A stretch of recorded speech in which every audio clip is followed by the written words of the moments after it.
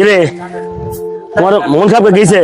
ভাবতেছি বাংলাদেশে খালি তেলের দাম বাড়তেই আছে। কিনলে গেছে তেলের দাম বাড়ে, এই কইতেরি না। তুই একটু কইতে পারো কিনলে গে তেলের দাম বাড়ে এত? আরে বেটা, তুমি বাস করো কোন দেশে? বাংলাদেশ। বাংলাদেশে না? এই একটা বাংলাদেশ আমাদের দেশ।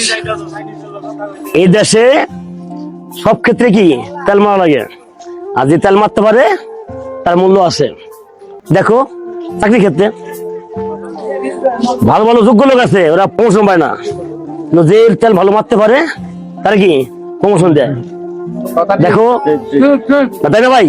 দেখেন রাজনীতি ক্ষেত্রে অনেক ভালো ভালো নেতা আছে, তারা পদ পায় না, পদবি পায় না।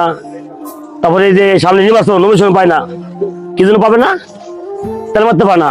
যে তেল মারতে পারবে সে যোগ্য হোক বা না হোক, সে কি নমিনেশন পাই যাবে, পদ পাই যাবে। তো এই বাংলাদেশের তেলের দাম কিভাবে কমবে? এই বাংলাদেশের তেলের দাম কমাইতে হলে কি করি? তেল মারা বন্ধ করতে হবে, যোগ্য লোকের যোগ্য পদ দিতে হবে। চাকরি ক্ষেত্রে যে যোগ্য লোক তাকে প্রমোশন দিতে হবে। ঠিক রাজনীতি করে অনেক সেম। যারা ভালো নেতা আছে, জনগণ চায় ভালো কাজ করে, তাদেরকে পদ তারপর নমিনেশন এটা দিতে হবে। তো যখন এই জিনিসটা বাংলাদেশে হবে, যোগ্য লোকে যোগ্য পদ দেওয়া হবে, তখন তেল মারা বন্ধ হবে। আর যখনই তেল মারা বন্ধ হবে তখন কি তেলের দাম কমবে, তখন তেলের দাম কমবে, বাংলাদেশও উন্নতি হবে।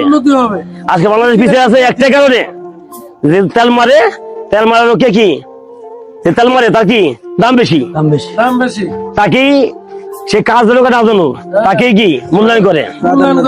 ঠিক আছে, তো এই জিনিসটা আমাদের ভিতরে থেকে বেরিয়ে আসতে হবে, তাহলে এই দেশটা ভালো হবে, যোগ্য লোকে যোগ্য মূল্যায়ন পাবে।